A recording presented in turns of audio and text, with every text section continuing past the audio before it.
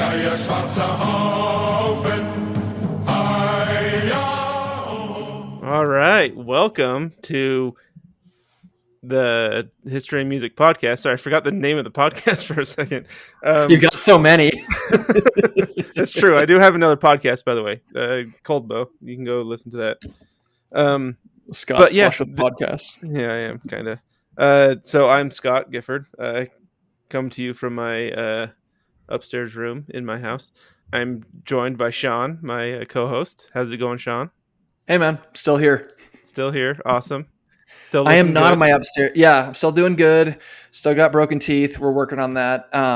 Not in my upstairs room. I'm actually in my office since we're room doxing. Oh, yeah. I mean, that's nice. You have a nice office. I can. Anyway. Thank you. I'm also joined by Mr. New Mexico Supremacist. We'll just call you New Mexico, I think. How's it going? Good. How are you? Very good. Before we get started, I just want to clarify one thing. I was not at the Capitol on January 6th. Wanted to get that out there. Okay, I believe you. Okay. We disavow anything you're referring to, whatever it is. We disavow it. I support the current thing. Yeah, whatever that is, I support it. Go Ukraine or whatever. That's right. Sorry. I have a question though, Mr. Supremacist. Why is New Mexico best Mexico? Or why is New Mexico supremacist? To understand this, you have to understand that the name New Mexico is actually older than the name Mexico. When Mexico was still New Spain, the region of New Spain wherein New Mexico now sits was called New Mexico. So we're actually Old Mexico. Wow. Based. That is a fun little nugget. I like that. The original. So I assume you have pretty strong ties to the place. I grew up there. Uh-huh. I was a little kid when we moved there. I don't know if my siblings.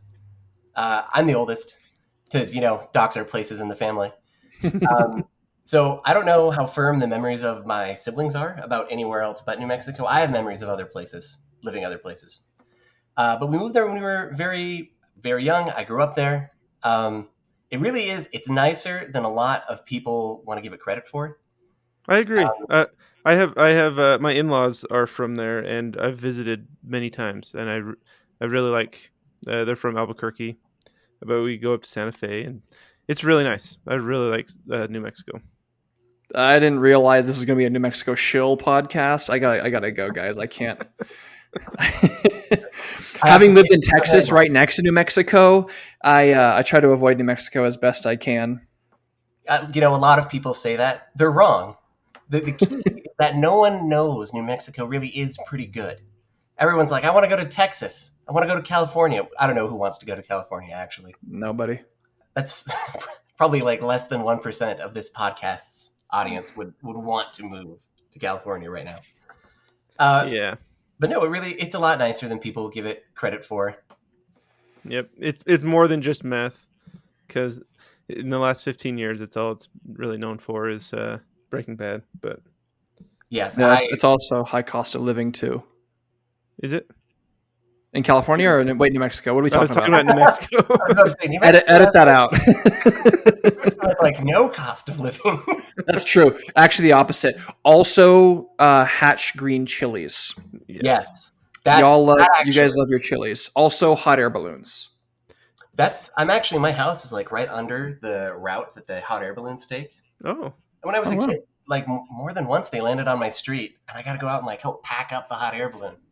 I've been to that festival a couple times, and it is like the coolest thing. So since we're on the topic, so you lived in New Mexico for a while. New Mexico is obviously best Mexico and original Mexico for that matter, as we learned.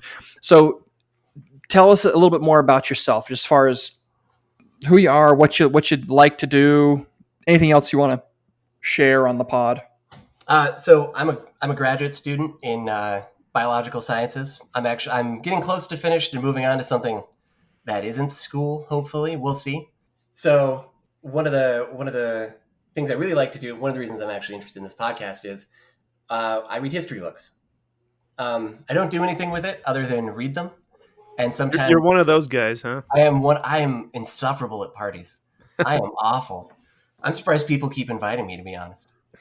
I'm just glad that we are well represented on this podcast. Scott's outnumbered here, so reading history books for the fun of it. We out here, Scott. Oh, yeah. We're rolling deep on this podcast. We represent. We represent, yes. Stands. So keep going. What were you saying? I don't do anything with it.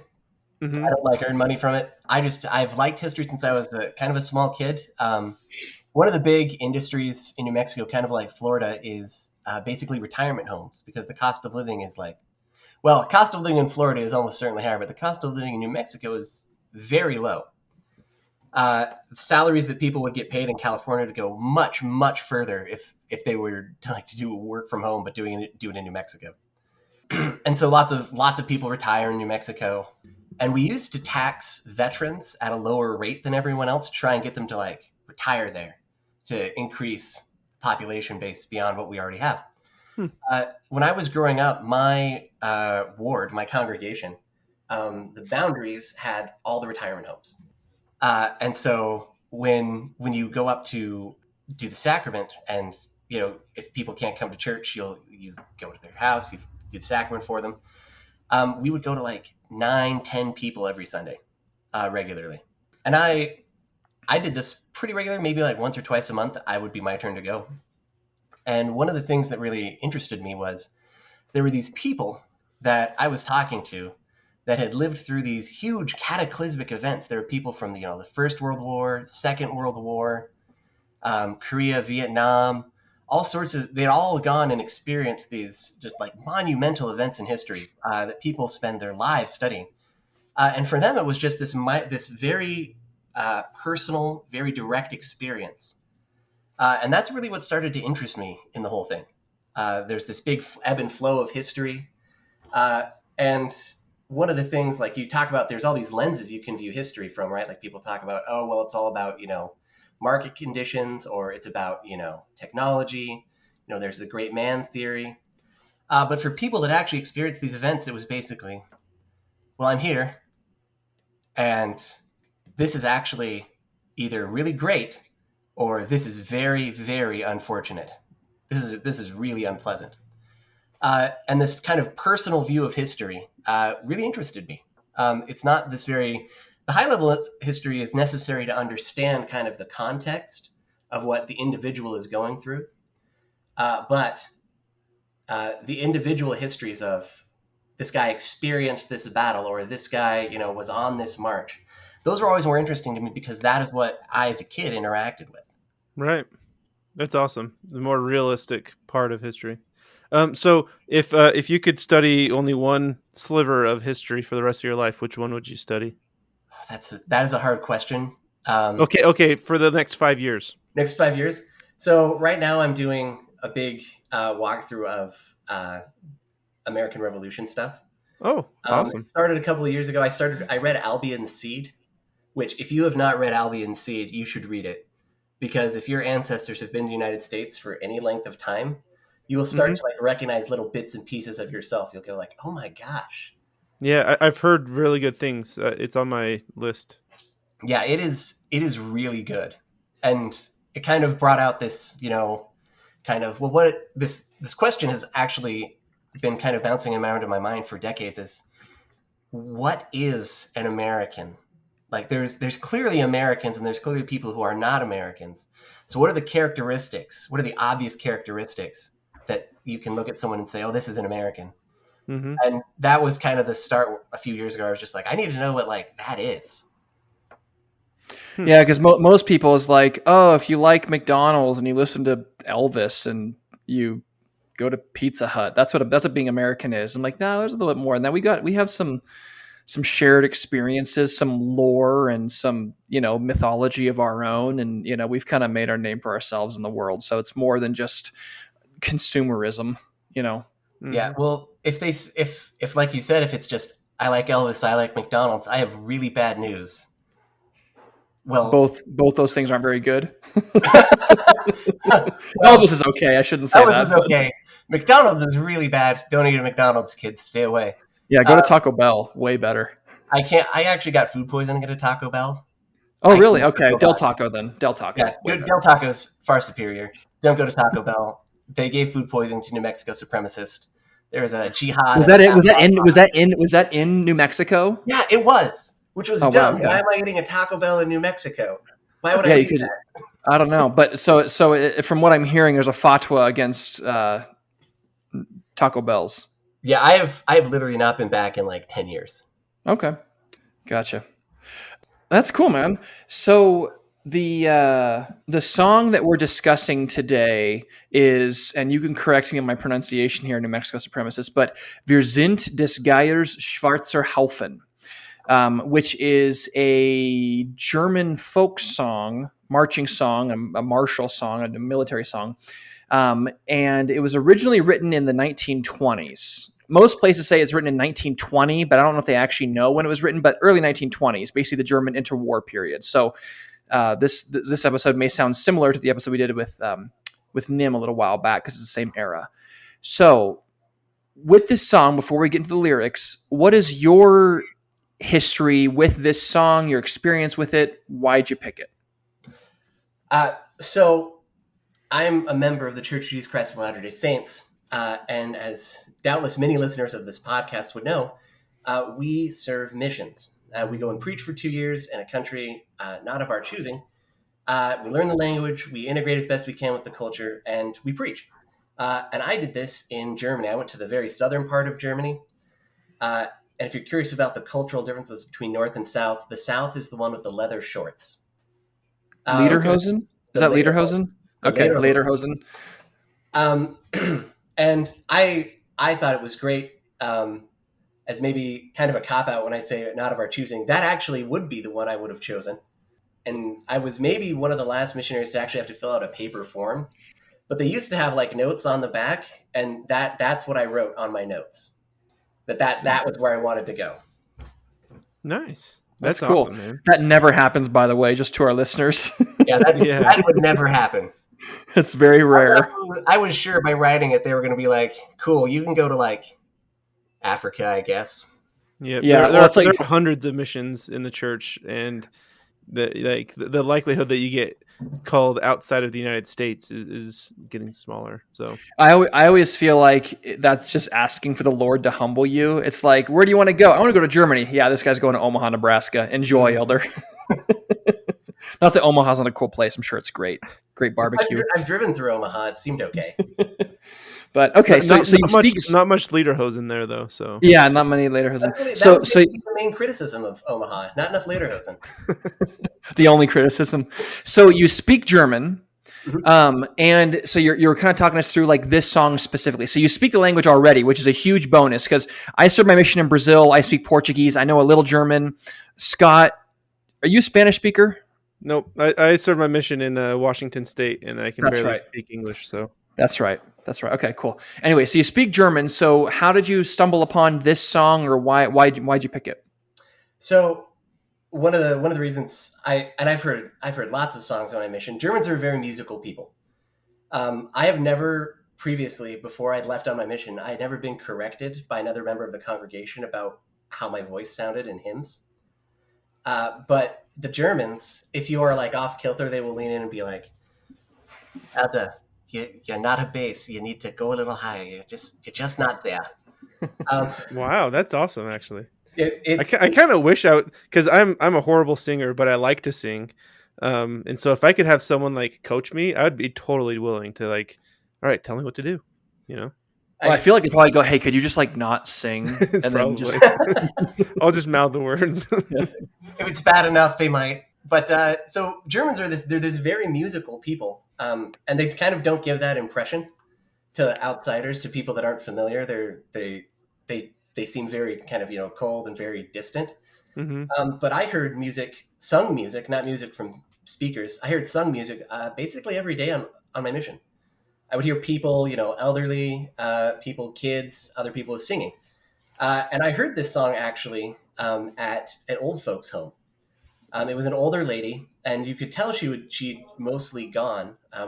Most of her mind was gone, but she liked it when we visited. And so I was happy to do that. It was always a good break from walking, 10 kilometers to the next village that didn't have bus or rail, and we didn't have bikes or something. What's that in miles? That's like 6 miles. Oh, wow. That's a long time. Okay. That's not bad. Sorry, continue. It is bad when you're in the Alps, though. I will say that. When they're like, oh, it's 6 miles. Like, is it 6 miles on flat ground? Or is it winter in the Alps? Is it 6 miles down?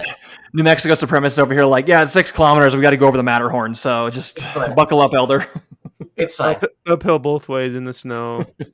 and you say 10 kilometers just to make it sound worse. That's how you do it, man. You just always got to like phrase everything in kilometers because it sounds. I won't interrupt you anymore. I'm sorry. No, but she was clearly very gone, but she would sometimes start just singing songs from her youth, and a lot of these were just folk songs. They were just songs about home. They were songs about her family. And one day we were there, and I heard this song. And we don't use the internet while we're on missions. We don't Google things. But I remembered it, and when I was home, I remembered it one day and looked it up, and I heard this whole song, and I was blown away. Because when she was singing it, I could tell it wasn't intended to be a song about home. It was a martial song. It was militant. And I remembered it, and it really like struck a chord with me, the change in how she acted and in how the music sounded. This change from songs about, how much she missed grandma to this song, very, very different. That's cool. Yeah. That's cool. Okay. Yeah. And it makes you wonder, like, I kind of wish with things like that, because usually your long-term memories like that, like songs you learned in your youth and stuff that kind of stick with you forever. My grandma did that too. She would sing songs towards the end of her life when her mind was kind of going. She lived to be like 95, I think. And she was very old, but she would sing like Civil War songs that she heard from her grandmother who lived through the Civil War, so it's the same idea. And it just kind of makes you wonder. It's like, you know what? I kind of wish that you were a little bit more with it so I could just talk to you about it. Like, hey, I know your grandfather was wounded in combat fighting with the Union. So he was alive when you were born. Did you ever talk to him about it? Like just crazy stuff like that. Because a lot of this generation's gone, for a lot of stuff like this. We have some Vietnam guys, Korean War guys are still around, but they're getting older. World War II guys are dying off very quickly. And so a lot of that knowledge, that experience, which could be a shared experience, is gone. And it's just kind of sad. And I always wish we could, preserve that in a way, like on a podcast or something. I don't know. Right. Anyway. Okay, cool, man. That's a really inspiring story. So I think we should start getting into the lyrics since we've been kind of right before we do that. I have to compliment New Mexico here, because we are again all in this Twitter chat that we talk about all the time. And I think it was you, the very first song, New Mexico. Did you submit the first song? I think I did. Yeah, it was Flatland Cavalry. Oh, yes. Yeah. Because that song has stuck with me the whole time. I still have it in my place. I listen to it all the time. Awesome I don't even song. Remember that. It's called No Shade of Green. Yeah, it's a really good song. It's so good. I've been sharing it with a bunch of people. It's mixed reviews, but it really hit me. But Scott really enjoyed it. It is awesome.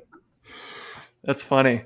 So I just had to compliment that. That was a great song. Speaking of music, it's not a folk song.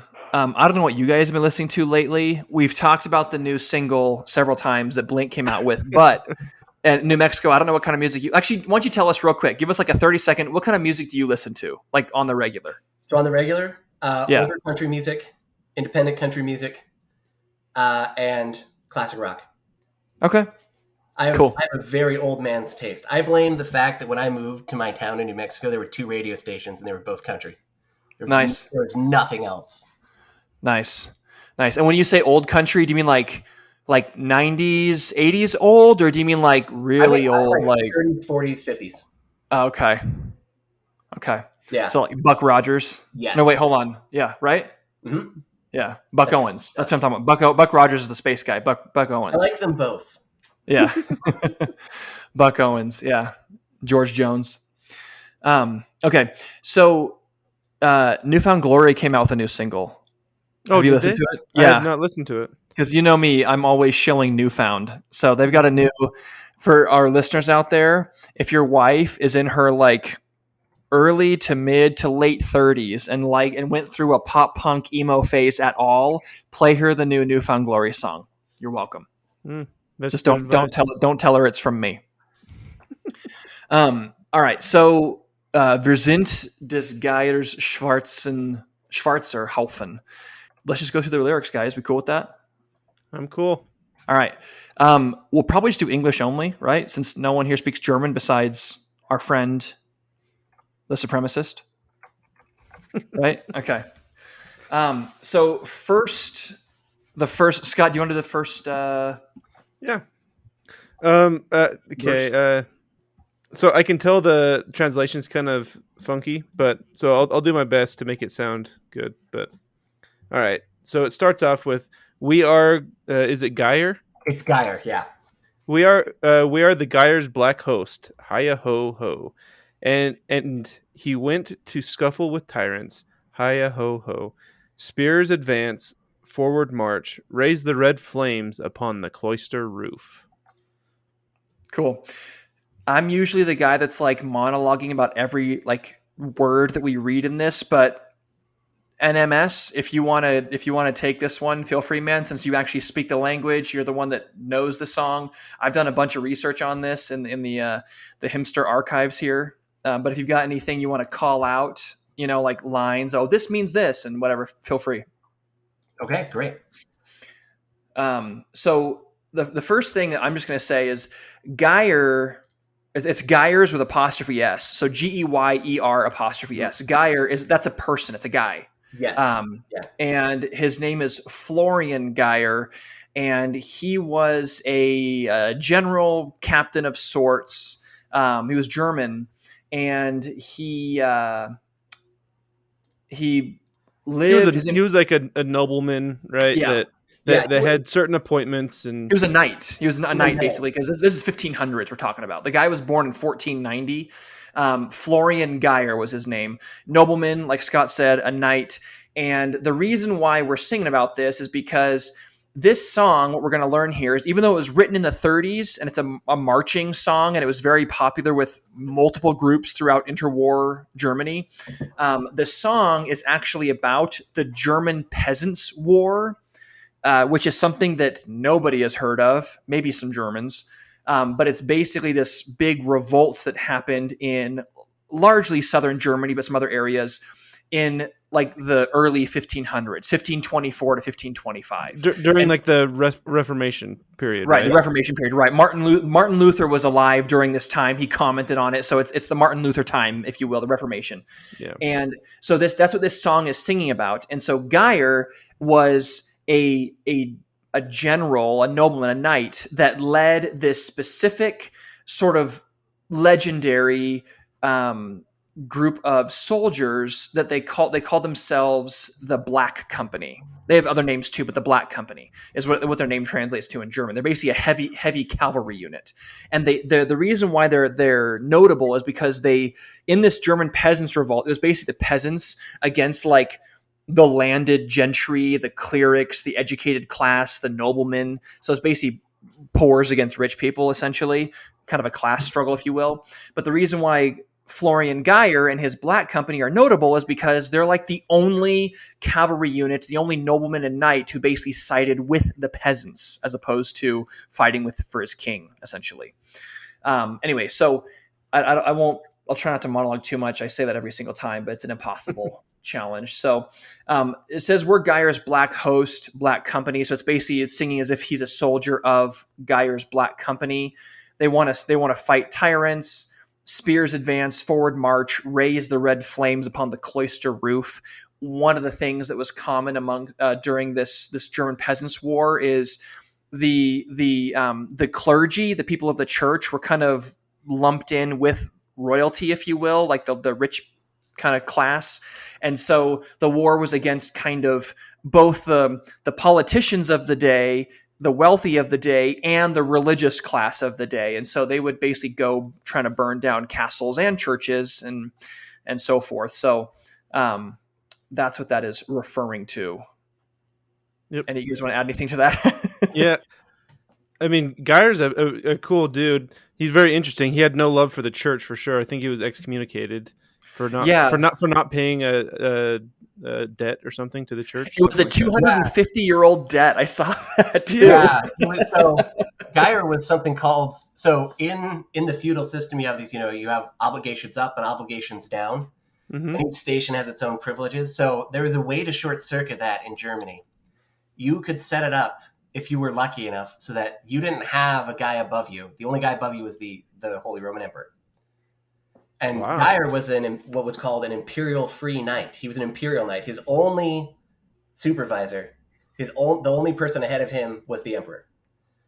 Interesting. And lots of these free knights had really small land holdings, like barely anything, enough to support themselves and maybe some peasants and men at arms, but they weren't controlling very much. And that status exists for cities too. Cities themselves could be imperial free cities. And so they didn't have to pay taxes to anyone but the emperor. They didn't have to pay attention to anyone but the emperor. And imperial knights are that same thing, but it's just one guy. And one of the reasons Florian is mad is that he had participated in a previous war, the Knight Revolt, where the free knights were angry that their old privileges were being eroded by the new system. There's this new mercantile class. The middle class is becoming a real thing. And they feel like their privileges and their rights are going away. And so they stage a revolt. And this doesn't work. They lose. And Florian Geyer survives this war. And because of probably some bitterness, lots of stuff about his life is basically missing now. Because at the time, people really suppressed it.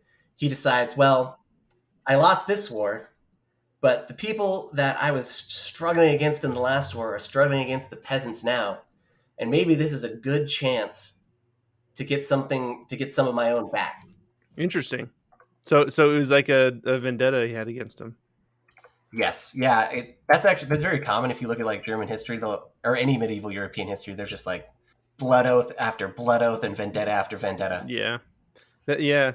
And he was a talented organizer because like you said, Sean, he this is the only group of or only like regiment or whatever of these peasants during these wars that was like as organized as they were, and he was able to make them like into like an actual military. They like turned him from a mob into like actual military organized thing. So yeah, because this German Peasants War, it wasn't really a war. I mean, it was so one-sided. It's embarrassing, frankly. But imagine like when you see like comical versions of a peasant mob where they would get their pitchforks and they go like attack like people. That's basically what these peasants were doing, but they were fighting against like knights and men at arms who had like cannons and arquebuses, like basically the precursor to muskets, essentially.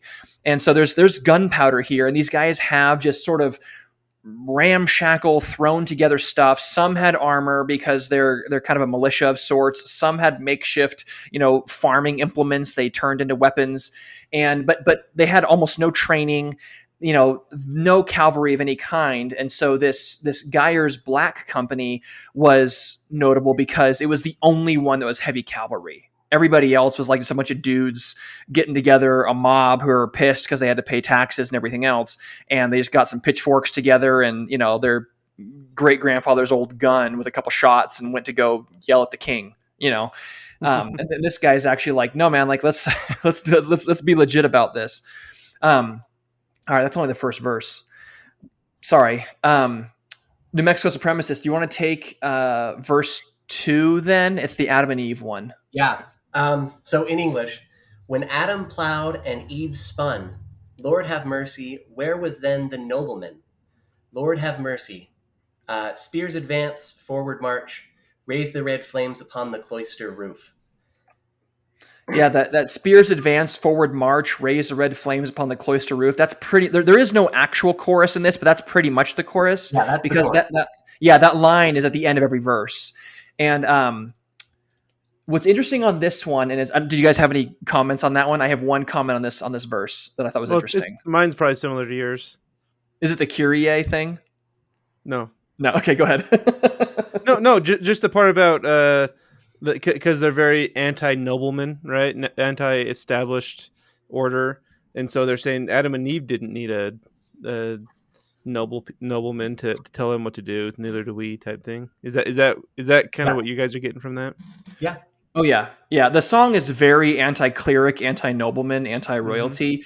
And just to add a little bit of background to what we're talking about, this whole revolt started in late 1524. And the way it started is there was this noblewoman who, I guess they had like, first of all, this is very much like what you learn in like 5th grade, where it's like, oh, it's, there's the serfs and there's the feudal system. And that's pretty much what these guys were living under. And these peasants were at the very bottom. They were at the very bottom of the feudal system, but they were the most heavily taxed in this system. And they basically had no rights at all.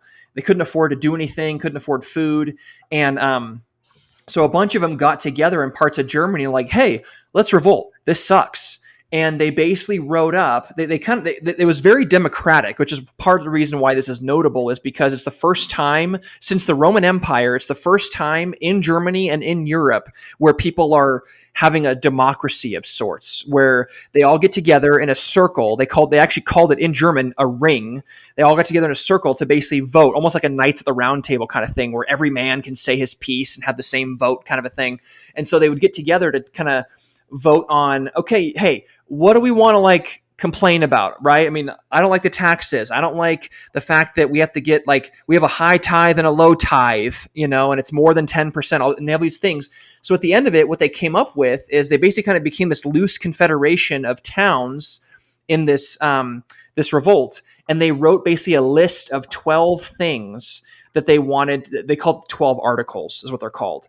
And it was basically 12 articles they wanted to take to the Holy Roman Emperor and like the princes of their various territories to basically say, hey, here are the changes we want. And that's the reason why they were revolting. And if you read them, they're actually really reasonable, at least in our modern sensibilities now. And they're very much based on the beliefs of the time. Every single article is like, the Bible teaches this. Why can't we do that? God says this. Why can't that apply to us as peasants? It's very logical, and it's something you think at least the cleric class would be like, oh, you know what? You're right. I'm a man of the cloth. I know the Bible, and these guys are quoting the Bible to me, and hey, it's what I'm teaching in church. You know what I mean? So, Did it have ties to the Reformation then? Like it does. So Martin Luther's still alive. He's still writing. If you're ever interested in reading something that's just like really, truly like venomous, Martin Luther really dislikes a lot of his opponents, like on a real personal level. And so there's a Twitter bot you can follow, Martin Luther Insults, where it's just copy paste. Really? That's awesome. It's always just some like vitriolic, like, also your mom was a pig kind of a thing.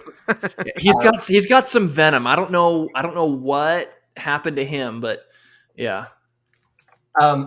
So it's certainly Reformation minded. One of the big claims of the Reformation was that the structure of the Roman Catholic Church was incorrect. Not the doctrine is wrong, but also how the church is structured is wrong. And so as the Reformation starts, some of the German nobles think, so if I had a German church, I wouldn't have to pay money to the Italians, right? And to Rome is what they called it. Yeah, I wouldn't have to pay to, Rome, right? And well, yeah, you wouldn't have to. And so some of the German princes supported Protestantism because they looked at it and said, oh, that's political freedom for me. Right. It's more of like a governing thing than it is necessarily a actual belief system. Yeah. They weren't.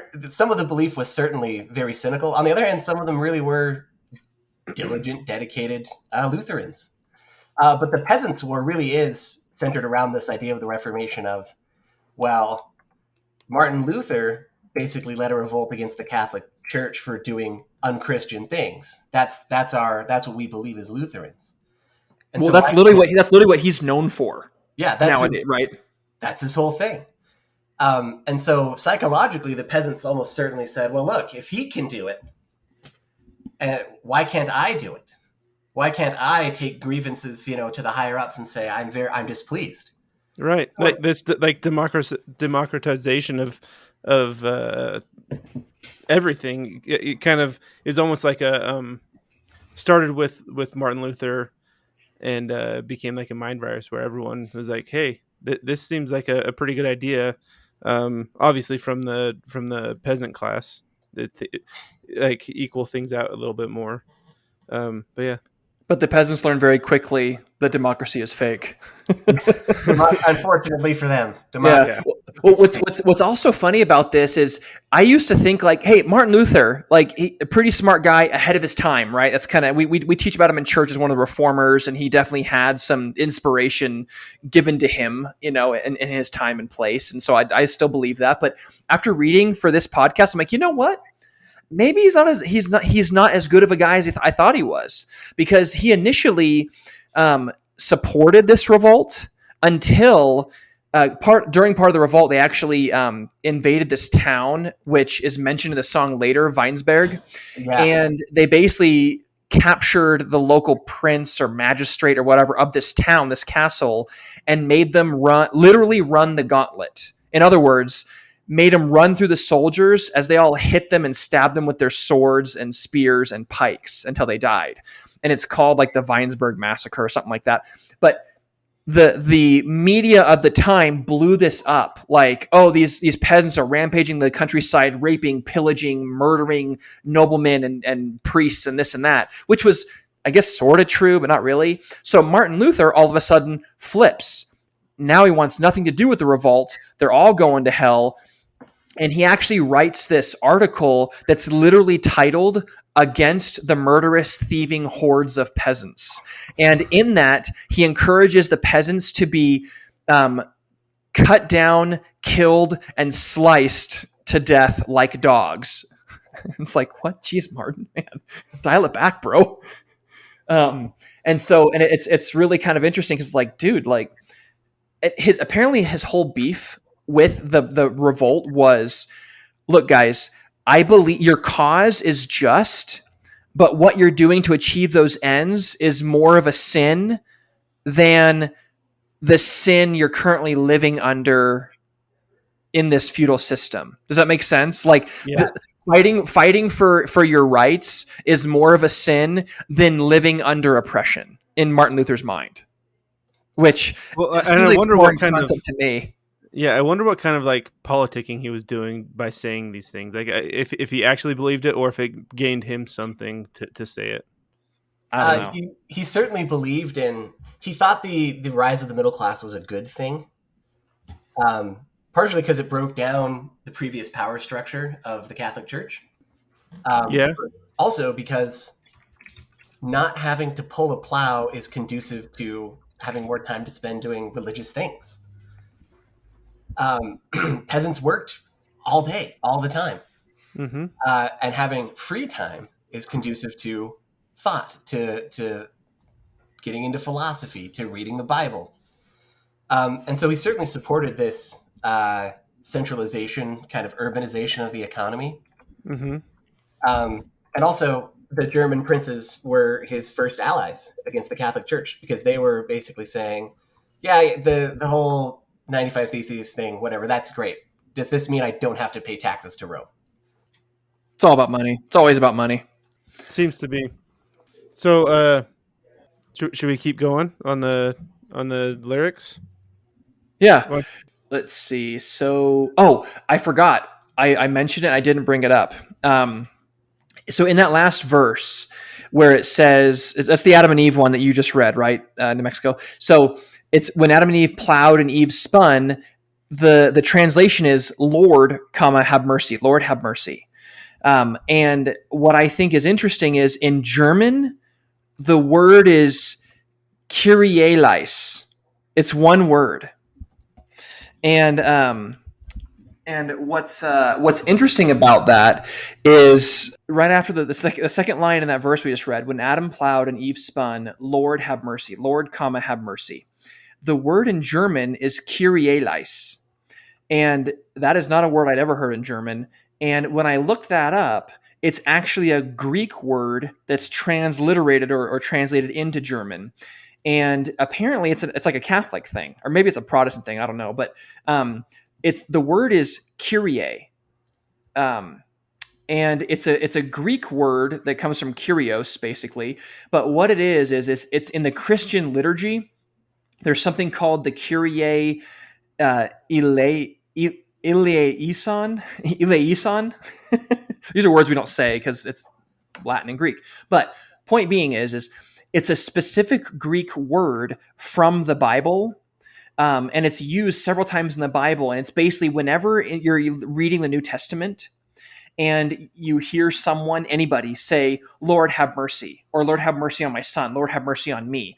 The word that their translator for the King James Version, for example, is pulling from the Bible is Kyrie, just one word, which literally translates to "Lord, have mercy." But apparently, it's like a common phrase in the Christian, liturgy, that it's basically a form of a prayer. And I had never heard that before. And it's interesting that the song included that. It doesn't actually say "Lord, have mercy" in German. It literally says "Kyrie eleis," like basically Kyrie in German, which I thought was kind of interesting.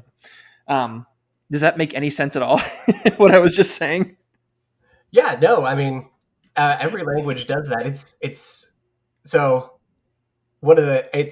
I think one of the things it goes to show is that even though lots of people interpret this as an anti-clerical struggle, they're still using bits and pieces of Christian language in the song.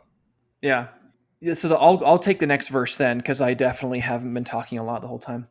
But the next verse is, it says, "We're led by Florian Geyer," we already talked about him, "despite being outlaws. The Bundschuh he carries upon his flag, wears helmets and armor. Spear," and then it's the chorus again. "Spears advance, forward march, raise the red flames upon the cloister roof." So Florian Geyer, we already talked about that. Basically outlaws because of these peasants that are fighting against the princes and the king and everything. The only thing I was going to call out from this is Bundschuh. It's a German word, and even when it's translated into English, it still says Bundschuh there, which literally means like a tied shoe or a people's shoe, a peasant shoe is what that word means in German. And you can correct me if I'm wrong, New Mexico, but this was part of this peasant revolt. There was something called the Bundschuh movement, which is basically this idea of the peasants standing up for their rights, and kind of their rallying flag that they made was quite literally a flag that had a picture of a tied peasant shoe on it. And they called it the Bundschuh movement. And so in some of these battles, these peasants are fighting with Florian Geyer. They're basically carrying a banner with a picture of a shoe on it. But the idea is it's like a poor man's shoe, right? It's different than the shoe that the knights wore, and different than the shoe that the princes wore. And so it's sort of like a symbol of their poverty, if you will, a symbol of their, like who's walking in their shoes kind of a thing. So it does have some depth to it. But so it's like when I was growing up, I had to shop at Payless. Yeah. Yeah. Basically, It's like that, but the shoe would give you slivers. Oh. Yeah. It's like when you want Jordans, but your mom gets you the Shaq shoes. It's the same kind of thing. So one of the other meanings of Bund is a union or a covenant. So one other translation of the word Bundschuh is the union of the shoes. Interesting. Well, and that word Bund is still in German now, like the Bundesrepublik, like it's the People's Republic of Germany. It's everywhere. Like isn't that the name of their Congress or something? It's also the name of the if you're a soccer fan, it's the Bundesliga. That's the People's League. Yeah. Yeah. Interesting. Also, just to get out of the way, if you're not familiar with like what a cloister is, it's like an outdoor hallway in like a castle. Anyway, I looked that up. It's basically part of it's basically saying like burn the church, right? Isn't that what it's saying? Yeah. Like church, you can probably imagine like in the old medieval buildings, they have those outdoor hallways. So burn it down.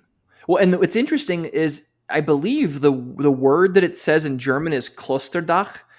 Is that a cloister roof? It's a cloister roof. So in German, it's one word. You just shove nouns together. Yeah. However you want. It's great language. Just make up whatever your word you want. As long as it's combining nouns, you're good. But Kloisterdach is just the cloister's roof.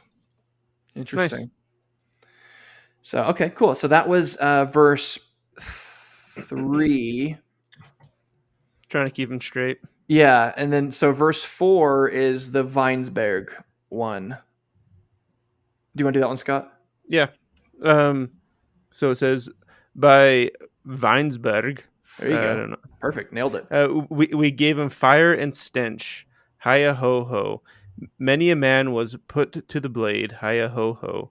Spears advance, forward march, raise the red flames to the cloister roof.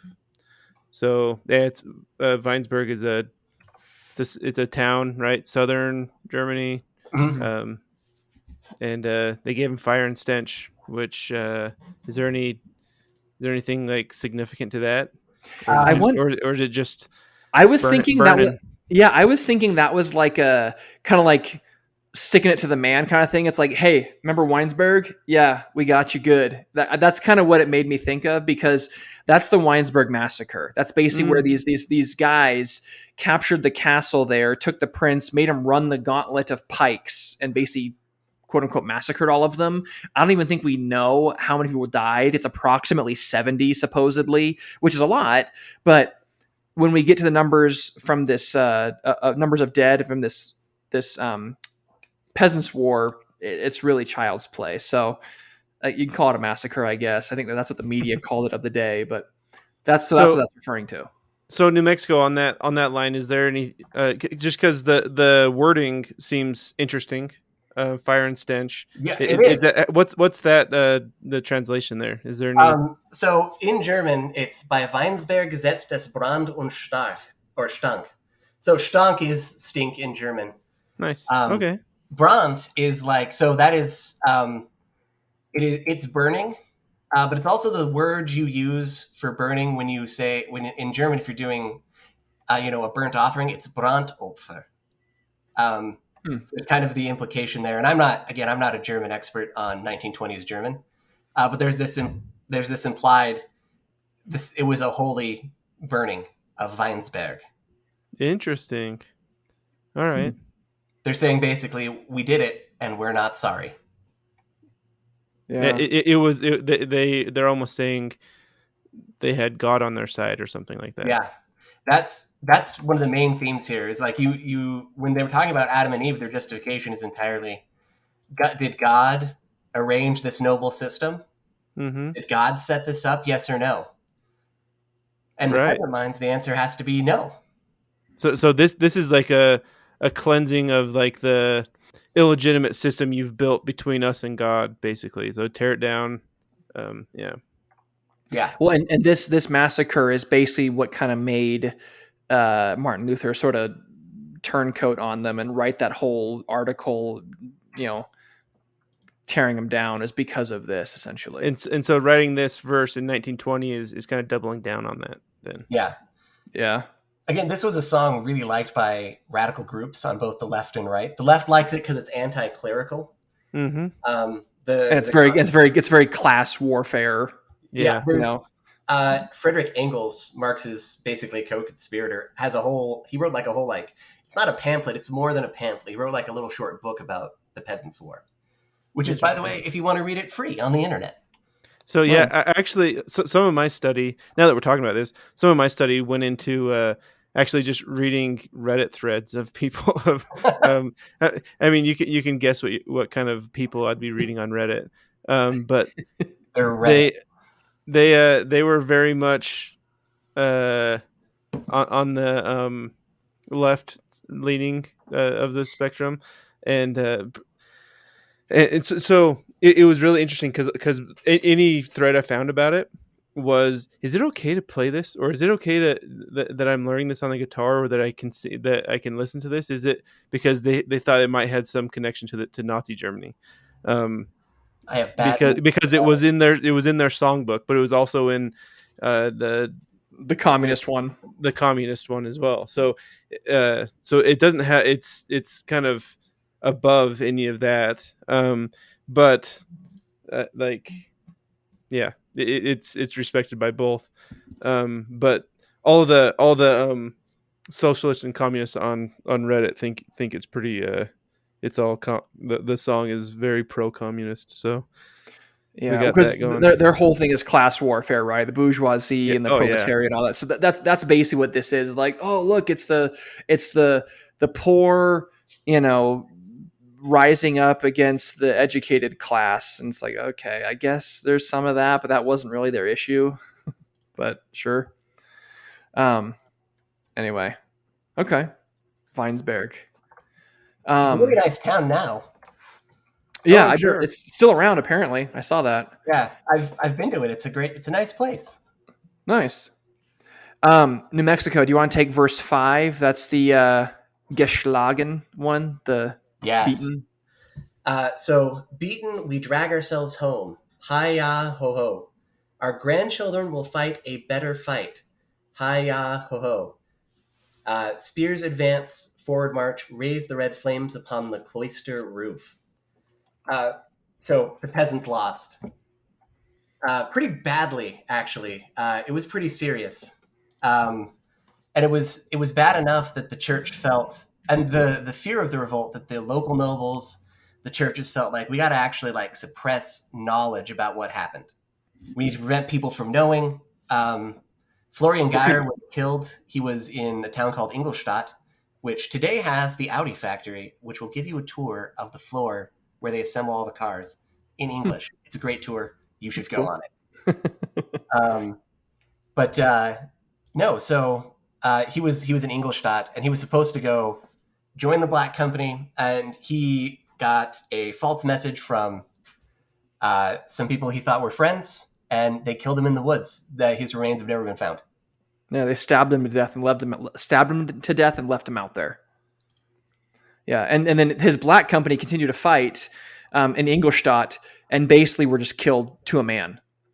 And nothing was left. And since we're talking about the end of the song and the end of the German Peasants War, the estimates are that there was about 300,000 ish peasants in various parts of Germany and German-speaking Europe that were part of this revolt, kind of loosely connected, against like anywhere from 6,000 to 8,500 of these knights fighting for the Holy Roman Emperor, and at least minimum 100,000 peasants were killed, with like a couple dozen dying on, maybe 100, maybe, I don't know, on the Swabian League side or the Holy Roman Emperor side. And it's like, it's so one-sided. It's like, guys, like, I mean, kudos to you for standing up for what you believe in, but like, they just not have a chance at all. How could it be so one? They lost 6 figures worth of men, Well, that might just illustrate how bad they had it.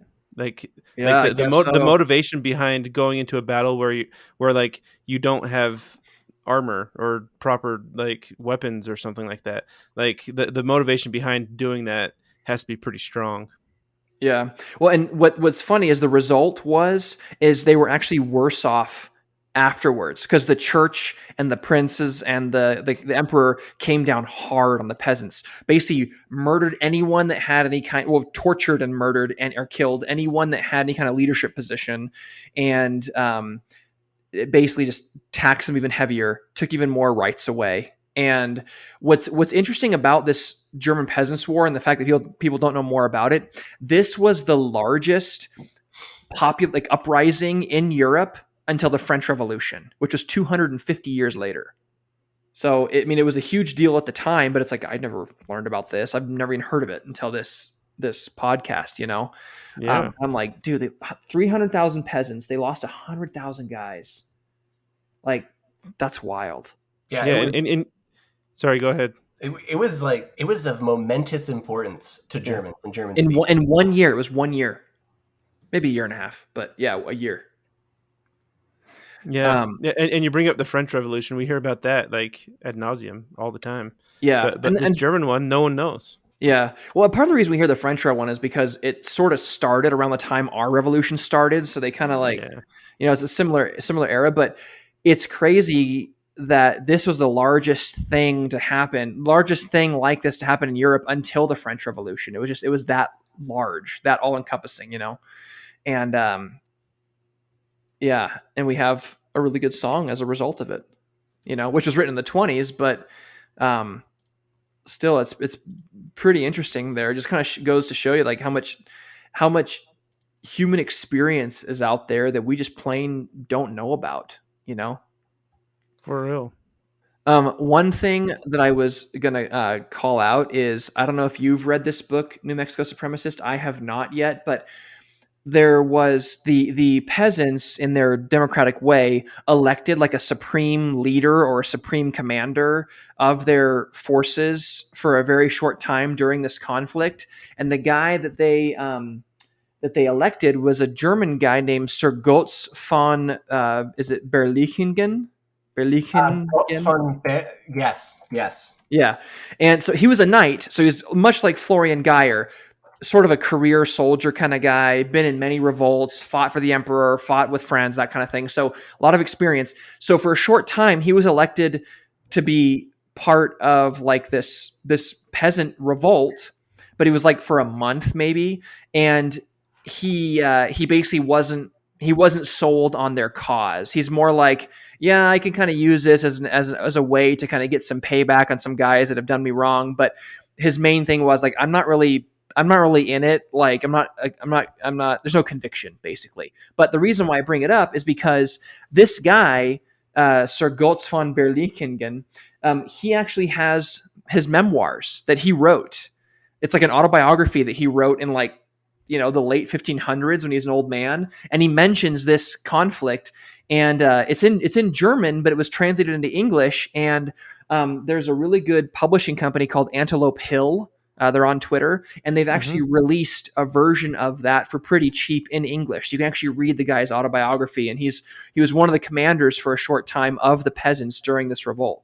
So I have not read the book yet, but I've heard it's good. But I just thought it was interesting that you can actually find written first-hand accounts of this event for sale now as we speak. It's so incredibly based. Amazing. He had a metal hand. He made his own metal hand. Yeah. He lost his hand to an exploding cannon. And so there's just this guy in medieval Germany walking around with a metal fist. Yeah, his nickname was Gotz of the Iron Hand because he had basically a prosthetic hand that he made that was metal. Like, you can look at, like, they have like diagrams of it. It's pretty cool. Yeah, it's like so cool. That's, speaking of which, he was also a symbol for both sides during the Cold War and both sides during not both sides during World War II, but he was popular in both East and West Germany, as well as during the Nazi period in Germany. He was a popular figure for everyone. Yeah, and one thing I thought was interesting too is how two opposing groups, the communists and the Nazis, could both like basically love this song. I guess it shows its universality, I guess. But both of them had military units named for the Black Company and Florian Geyer. Like during there was like an SS unit named for the Black Company and Florian Geyer during World War II. And same thing with the communists. Like they would have like the same kind of thing. I thought it was kind of interesting that like that legacy lived on for something that was we're coming up on the 500-year anniversary of this event, right? Mm-hmm. So, here's to 500 more, but 500 years ago, and like people are still talking about it. It's crazy. Yeah, I mean, one of the things that I think it's a testament to the song's greatness that everyone wants the song to be on their team. Yeah, they want to apply it to like their movement or whatever. Yeah, it's like it's the musical version of that dumb "is the dress white or is it blue" thing that the internet went through like years ago. Yeah. This is the musical version of that, but it's also really political, and at certain periods, people would fight you over it. Yeah, and it also is tinged with Nazi Germany, which is like such a taboo, like this horrible thing that you don't want to be like. People are scared to play this song and listen to it or learn it on guitar or whatever because of its potential associations. And so it's like you're right. Like when you say it's political, it's even deeper than that, I think.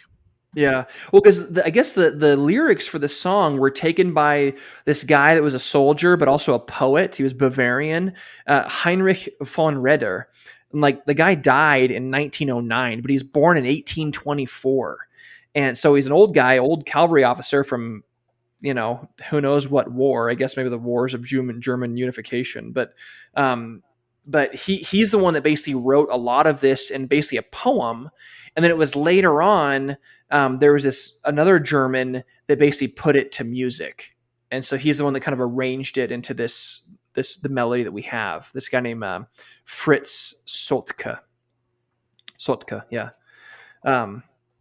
But anyway, that's the whole song. I mean, the original version that he wrote actually has 8 verses. The one that we're using for this episode has only 5. But that's a really good song. I really enjoyed listening to it.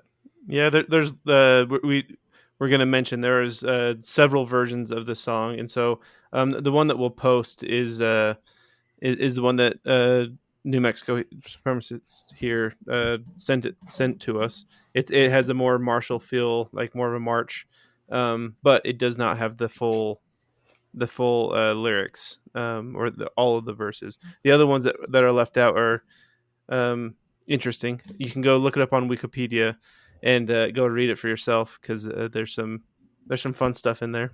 Yeah. Talking about beating priests to death and just various things like and noblemen's daughters. Noblemen's daughters, yeah. But anyway, thank you, New Mexico, for this song. This is great. This has been a really like Sean has been mentioning, it's really eye-opening. Like this has happened so much on this podcast. I'm super thankful for it, that all these things in history I had no idea even existed. I didn't know, like, there's blind spots and then there's known blind spots. This is like, I didn't even know. So yeah, thank you very much for having me on. Yeah, I mean, yeah. Is there anything else like any anecdotes, anything else you want to throw in that maybe we skipped over? Last minute thoughts or anything? I'm going to correct the Wikipedia lyrics. Please do. Real quick. So when it says, in English it said spears advance, forward march. That is not, so in German it's Spieß voran, drauf und dran.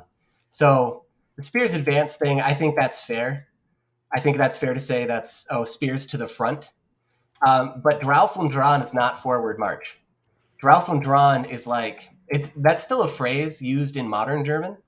And it means, it can mean a lot of things. But the way I'm pretty sure this guy is using it, and again, I'm not an expert on, 1880s, 1890s German. It means like they're almost on us, basically. So it's like the last cry of spears move to the front, the enemy cavalry is almost here. That reminds me, something I was going to add. One of the defense mechanisms, if you will, that the peasants used in this war is what they call a wagon fort. And I didn't know this was that old, but it's quite literally circling your wagons, like the pioneers used to do to defend against Indians or stampede or whatever. They'd basically build like a fort of their wagons. They'd circle them around in this like flat area, and that's how they would defend themselves, almost like a makeshift castle of sorts. And that's how they defend themselves from the cavalry or the cannons or the arquebuses of the princes, or what they call the Swabian League. And so what they would do is they'd circle their wagons together, and they would build like sometimes ditches in front of them, or in the center of the wagons, they'd build these huge, like, pile up some earth or some dirt, like ramparts, and put their cannons on top of them so they could basically shoot over this circular wall of wagons at the enemy. And that's where they basically take refuge. And the reason why it was so effective is because it offered them protection. And if they needed to, they could just unhook the wagons and take off real quick. It's like it's a mobile. It's like proto trench warfare. Almost, yeah. But it was mobile. They could move it, if they needed to. And apparently it was used with some effect at this time. And circling your wagons is something that we did up until like my great-great-grandfather did that crossing the plains. Yeah, You know that what I was mean? yeah. Now it's just like a phrase you say. Yeah. Hmm. Yeah, thought that was cool. Unfortunate. We should go back to circling literal wagons. Yeah. Well, cool. Well, hey, New Mexico Supremacists. That's really good insight on the German there, and it's helpful that you spoke. I didn't know you spoke German until you mentioned that, so it's actually helpful that you speak German because you can kind of add a little more color to what we're talking about. Yeah, I'd assume that you had some insight in the lyrics when you submitted a German song. So I'm glad you lived up to whatever I had in my head. Yeah, Beyond even. yeah. I'm always happy to surpass expectations. Definitely. Well, so if anyone wants to to connect with you, get in contact with you for anything, is there somewhere they can find you, or do you want to just kind of remain anonymous for the time being, or They can DM me on Twitter. okay? And what's your we'll put it in the show notes. And what's your Twitter handle? Okay, so New Mexico Supremacist, but the handle is New Mexico is best Mexico. So NM is best Mexico. Nice. Cool. Okay. And we'll put that in the show notes as well. Other than that, is there anything that you want to plug or shill or, anything like that? Anything that the kids at home should check out since you've got the mic? Nothing comes to mind. You know what? Actually, I am going to shill. You should all learn the German language. I won't say German. but there was a guy who was very right about German being the best language. That's all I'm going to say. Huh. Was it- That's actually a coincidence because we have a sponsor this episode with Duolingo. So I'm just kidding. We don't. So yeah, German is. I feel like if you speak English, learning German is a tad easier because the sentence structure can be kind of similar, and a lot of the words are very similar as well. Yeah, and German is like the people themselves. German is a language that's very confined by rules, and if you just learn the rules, you are good for like 90% of the conversations you can have. It's not like English where we're just like, you know what? I'm going to make it up. Yeah. And in 100 years, I'll be famous for having good words. Yeah. And I won't even spell it, in a coherent way. No, I'll make that up too. It's fine. Well, one thing I like about German is how incredibly old it is, the language. So, for example, the word for France, the country, is literally Frankreich, which translates to Kingdom of the Franks. The Franks was the tribe that lived in modern-day France, like pre-Roman contact, And that's what I love. I was like, dude, that's like 1,000-year-old word, and we're still using it today to talk about France. It's just there's a lot of examples like that, but that's just the one that comes to mind. But that's what I love about German is just like it's just steeped in just history and culture. It is. It really is. It's a great language. If you want to learn a new language, you should learn German. Awesome. Challenge accepted. That's one of the better uses of the free mic time at the end. Yeah. Anything you want to shill? Yeah, learn German. Well, hey, we appreciate the time, New Mexico Supremacist. Everyone listening to this, if you guys have a song that you want us to talk about, or you think we need to discuss on the podcast, or one that you like and you want to learn more about, and you want to use this as an excuse to learn more about it, connect with us on Twitter, send us an email, send us a carrier pigeon, however you reach us, let us know, and we'll bring you on like New Mexico Supremacist, and he can vouch that it's not as bad as it sounds, right? No, I was only beaten 3 times today. Good. And they returned my family members unharmed. Right. Now that this show is over, you can go your way in peace.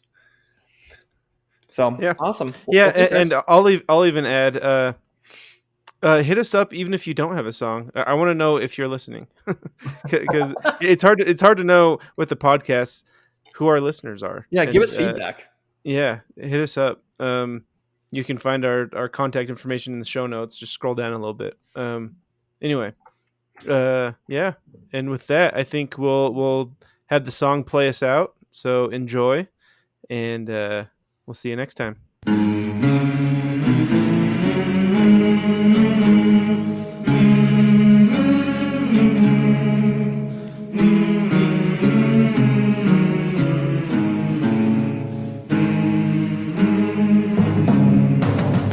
Wir sind des Geier, schwarzer Haufen, ja, oh, und wollen mit Tyrannen raufen, ja, oh, Spieß voran, rauf und dran, setzt aufs Klosterdach den roten Hahn. Spieß voran, rauf und dran, setzt aufs Klosterdach den roten Hahn. Als Adam grub und Eva spann, Kyrie leis, wo war denn da der Edelmann? Kyrie leis, Spieß voran, drauf und dran, setzt aufs Klosterdach den roten Hahn. Spieß voran, drauf und dran, setzt aufs Klosterdach den roten Hahn. Uns führt der Florian Geyer an, trotz Acht und Bann. Den Bundschuh führt er in der Fahn, hat Helm und Harnisch an. Spieß voran, drauf und dran, setzt aufs Klosterdach den roten Hahn.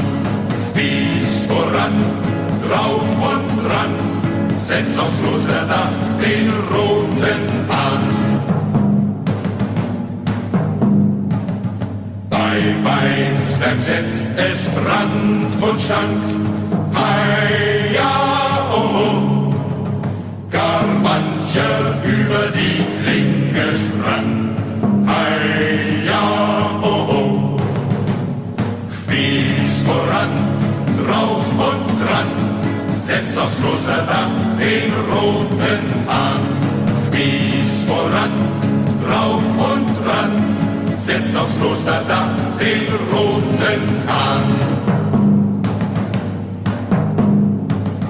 Geschlagen ziehen wir nach Haus, ja, oh, unsere Enkel fechten's besser aus, ja, oh, Spieß voran, drauf und dran, setzt aufs Klosterdach den roten Hahn. Spieß voran, drauf und dran, setzt aufs Klosterdach den roten Hahn.